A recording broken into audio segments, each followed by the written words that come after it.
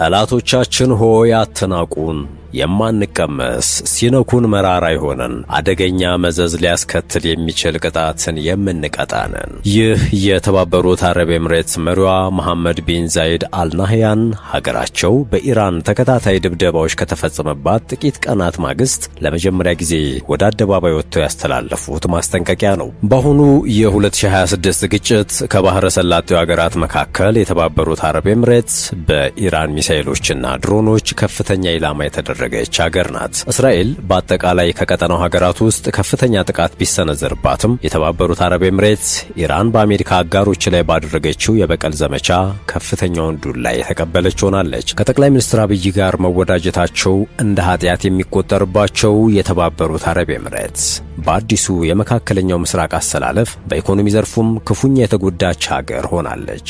ዝርዝር መረጃውን እንደሚከተለው እንመለከተዋለን። ጤና ይስጥልን የተወደዳችሁ የሸገር ታይምስ ቤተሰቦች እንዴት ናችሁ? ዕለታዊ መረጃ ቅኝታችን በእነዚህ አርዕስተ ነጥቦች ዙሪያ የሚያተኩር ይሆናል። እንደተለመደው እየሰማችሁን አብራችሁን ቆዩ።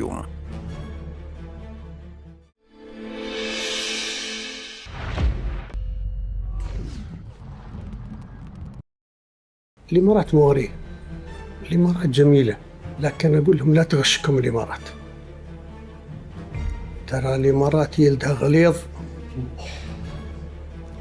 ولحمتها مرة. እኚህ ከአንድ ወር በፊት በጠና ታመው ሳይሞቱ አሊያም አካላቸው መንቀሳቀስ ሳያቆም አይቀርም በሚል ሲነገርባቸው የቆዩት ሙሐመድ ቢን ዛይድ ናቸው። የጠቅላይ ሚኒስትር አብይ አህመድ ወዳጅ ሀገራችንን የተባበሩት አረብ ኤምሬትስን አትናቋት፣ አትፈታተኗት ሲሉ ተደምጠዋል። እኚህ የ64 ዓመቱ የተባበሩት አረብ ኤምሬትስ መሪ ሙሐመድ ቢን ዛይድ አልናህያን ሀገራቸው በኢራን ተከታታይ ድብደባዎች ከተፈጸመባት ጥቂት ቀናት ማግስት ለመጀመሪያ ጊዜ ወደ አደባባይ ወጥተዋል። ይህ በመግቢያችን ላይ የሰማችሁት መልእክትም ቢን ዛይድ በኢራን የአየር ድብደባ የቆሰሉት ዜጎችን ከማጽናናትና ከማበርታት በዘለለ ጠላት ሲሉ ለፈረጇቸው ኃይሎችም ማስጠንቀቂያ የሰጡበት ነበር። ለዚህ መነሻ የሆናቸው ድንገት በጎረቤታቸው ኢራን ተከታታይ ድብደባዎች ከደረሰባቸው የሀገራቸው የቱሪዝም፣ የነዳጅ፣ አቪዬሽንና ሌሎች ዘርፎች በከፍተኛ መጠን ከስራ ውጭ ከሆነባቸው ማግስት ነው። ባለፈው ሳምንት ቅዳሜ የካቲት 21 2018 ዓ.ም ዩናይትድ ስቴትስና እስራኤል በጋራ በጀመሩት ጥቃት ምክንያት በቀጠናው ውስጥ ያሉ አንዳንድ ሀገራት ሳያስቡት በግጭቱ ውስጥ ተገኝተዋል። የኢራኑ ፕሬዝዳንት መሱድ ፔዜሽኪያን እነዚህ ጥቃቶች የተፈጸሙት የመጀመሪያው ጥቃት ከፍተኛ የኢራን አዛዦችን ከገደለና የማዕከላዊ ዕዝ መዋቅሮችን ካወከ በኋላ ይሆናል ወደምትሉት ተኩሱ በሚል መመሪያ መሰረት የተፈጸሙ መሆናቸውን ጠቁመዋል። ከቀጠናው የሚወጡ ዘገባዎች እንደሚያሳዩት ከኢራን ወይንም ከጦር ኃይሏ ጋር የሚያያዙ ጥቃቶች እስካሁን አላቆሙም። ኳታርና የተባበሩት አረብ ኤምሬትስ ቅዳሜ ከሰዓት በኋላ ኢላማ ያደረጓቸውን ሚሳኤሎች ማምከናቸውን ተናግረዋል። ለአብነትም ያክል ኤምሬትስን ብንመለከት ጦርነቱ ከተጀመረበት ጊዜ ጀምሮ በኢራን ሰው አልባ ጄቶች ወይንም ድሮኖች ከ1422 ጊዜ በላይ ተደብድባለች። በባሊስቲክ ሚሳኤሎች 238 ጊዜ ተመታለች። ኢራን ወደ ኤምሬቶች 8 ክሩዝ ሚሳኤሎችን ተኩሳለች።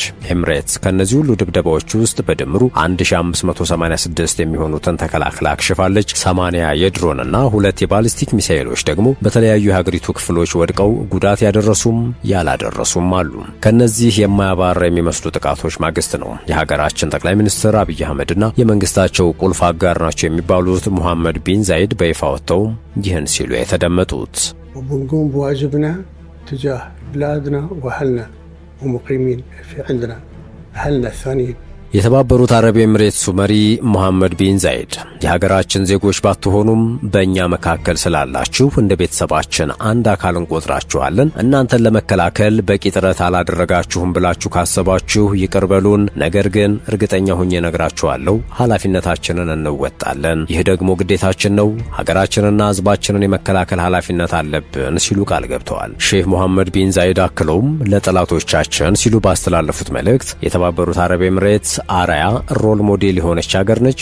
ኤምሬትስ እጅግ ሳቢና ውብ ሀገር ነች። ነገር ግን ለጠላቶቻችን የምንነግራችሁ ገጽታችንን ብቻ በመመልከት አትገምቱን የሚል ነው። የተባበሩት አረብ ኤምሬትስ ቆዳ ወፍራም ነው፣ እንዲያውም ሲነኩን መራራና የማንቀመስ እንደምታስቡት ደካሞች ያልሆኑን ብርቱ ህዝቦች ነን ሲሉ ነው ቆፍጠን ያለ በቅኔ የተሞላ መልእክት ያሰራጩት። ሼህ መሐመድ ቢን ዛይድ ይህን ሲሉ አገራቸው በቆዳ ስፋት አነስተኛ፣ በወታደራዊ አቅም ደካማ ከአሜሪካ ቻይና፣ ሩሲያና ሌሎችም ሀገራት የጦር መሳሪያ ገዝታ ለሶስተኛው ዓለም ሀገራት የምትሸጥ እንዲሁም ዓለም ለንግድና ቱሪዝም ብቻ የሚራወጥባት የገበያ ማዕከል ወይንም ሾፒንግ ሞል ነች በሚል የሚሰነዘርባቸውን ወሬ ለማጣጣል ይመስላል። እኛ በቱሪዝም ኪነ ህንፃና ሎጂስቲክስ ዘርፎች ላይ ብቻ ያተኮርን የሶፍት ፓወር መንግስት ሲጠቃ ምላሽ የማይሰጥ ሀገር አድርጋችሁ ካሰባችሁ ስታችኋል እያሉ ነው ሼኩ። ይልቁንስ ለጠላቶቻችን የማንተኛና የማንበረከክ ልክ እንደ ኢራን ሲያጠቁንም አደገኛ ውጤት ሊያስከትል የሚችል መልስ የሚሰጥ ጠንካራ ወታደራዊ አቅም አለን ሲሉ አስጠንቅቀዋል።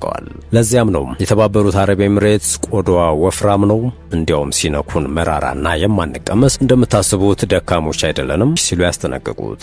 ሼህ መሐመድ ቢን ዛይድ በዚህ አላበቁም። እኛ ደካሞች አይደለንም፣ ሉዓላዊነታችንና የግዛት አንድነታችንን ጥሳችሁ ጥቃት ስትፈጽሙ እጅግ መዘዙ የበዛ ምላሽ ይጠብቃቸዋል፣ ሲነኩን መራራና የማንቀመስ ነን ሲሉ ጠላቶቻችን ብለው ለፈረጇቸው ኃይሎች ማስጠንቀቂያ ሰጥተዋል። በነገራችን ላይ የሀገራችን ፖለቲከኛ ጀዋር መሐመድን ጨምሮ ከጠቅላይ ሚኒስትር አብይ አህመድ መንግስት ጋር ወዳጅ በመሆኗ የሚወነጅሏት ኃይሎች ኤምሬትስን በቆዳዋ ስፋት እጅግ ትንሿ ሀገር በተለያዩ ሀገራት ገብታ ግራ ዘመምና ሸማቂ ኃይሎችን በማስታጠቅ መንግስት ግልበጣ ላይ የምትሳተፍ ሲሉ ይከሷታል። እነ ጀዋር የሚደግፏት ሳዑዲ አረቢያም ሆነች ኳታርና ኤምሬትስ የጋራ ወዳጆች የሆነችው አሜሪካ ግን ለኤምሬትስ የተለየ ዋጋን የምትሰጣት።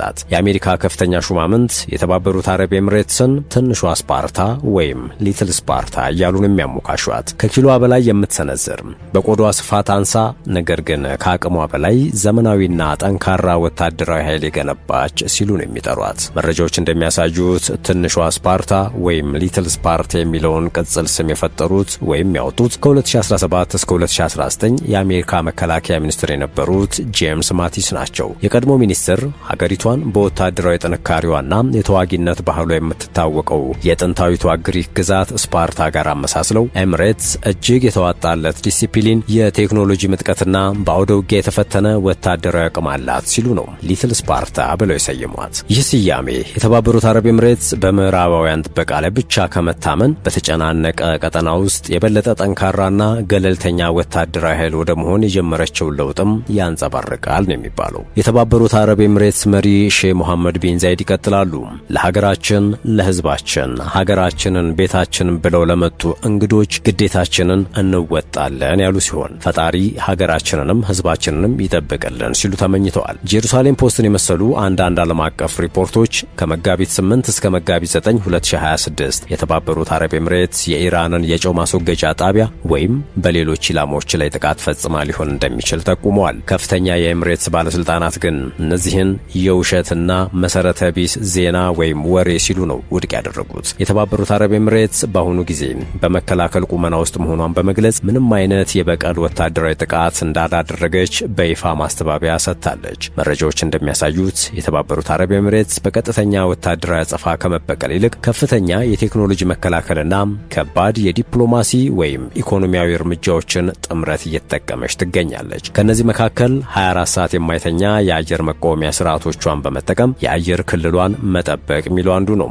የቴህራን ኤምባሲን መዝጋትን ጨምሮ የዲፕሎማሲ ግንኙነቷን ማቋረጥ፣ እንደዚሁም የኢራን ንብረት የሆኑ አካውንቶችን መዝጋት የሚሉትም ይጠቀሳሉ። የኤምሬትስ ባለስልጣናት የኢራንን በቢሊዮን የሚቆጠር ዶላር ንብረትን በማገድ የባንክ ሂሳቦችንና የንግድ ኔትወርኮችን ኢላማ በማድረግ የቴህራንን የውጭ ምንዛሪ አቅርቦት ለማደናቀፍ እየሞከሩ እንደሆነ ተዘግቧል። ከዚህ በተጨማሪ በኤምሬትስ ግዛት ውስጥ ይገኛሉ ያለቻቸውንና የእስላማዊ ኢራን አብዮታዊ ዘብ ወይንም IRGC ጋር የተያዙ የስለላ መረቦችን እየበጣጠሰች ትገኛለች። የመንግስት ኦፊሴላዊ ተቋም የተባበሩት አረብ ኤምሬትስ ወደ ግጭት ወይም ግጭት ወደ ማባባስ መግባት አትፈልግም የሚል ነው። ነገር ግን በተባበሩት መንግስታት ቻርተር አንቀጽ 51 መሰረት ሉዓላዊነቷን ለመጠበቅ ሁሉንም አስፈላጊ እርምጃዎችን የመውሰድ ሙሉ መብቷን ለማረጋገጥ አትከለከልም የሚል ነው። የተባበሩት አረብ ኤምሬትስ ግጭቱ ከጀመረበት የካቲት 28 2026 ጀምሮ ከፍተኛ የኢኮኖሚ መስተጓጎል አጋጥሟታል። በመጀመሪያዎቹ 48 ሰዓታት ውስጥ ብቻ ከ5 ቢሊዮን ዶላር በላይ ኪሳራ ደርሶባታል። የሀገሪቱ አስተማማኝ ቦታነት ደረጃ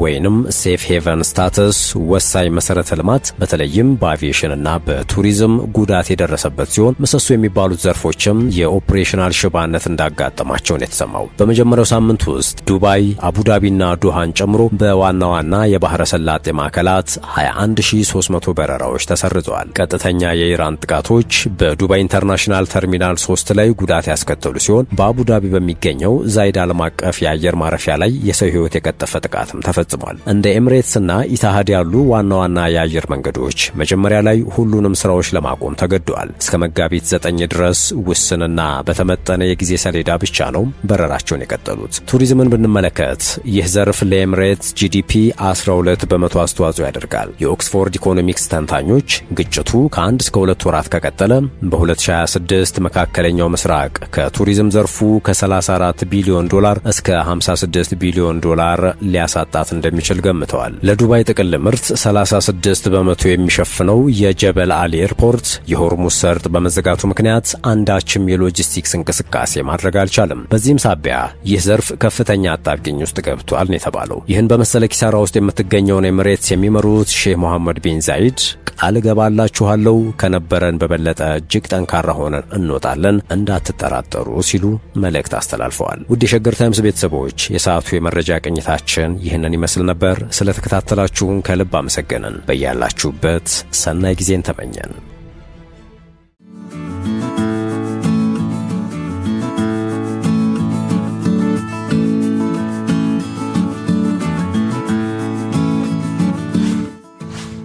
ሸገር ታይምስ ሚዲያን ሰብስክራይብ በማድረግና ደወሉን በመጫን ይከተሉን።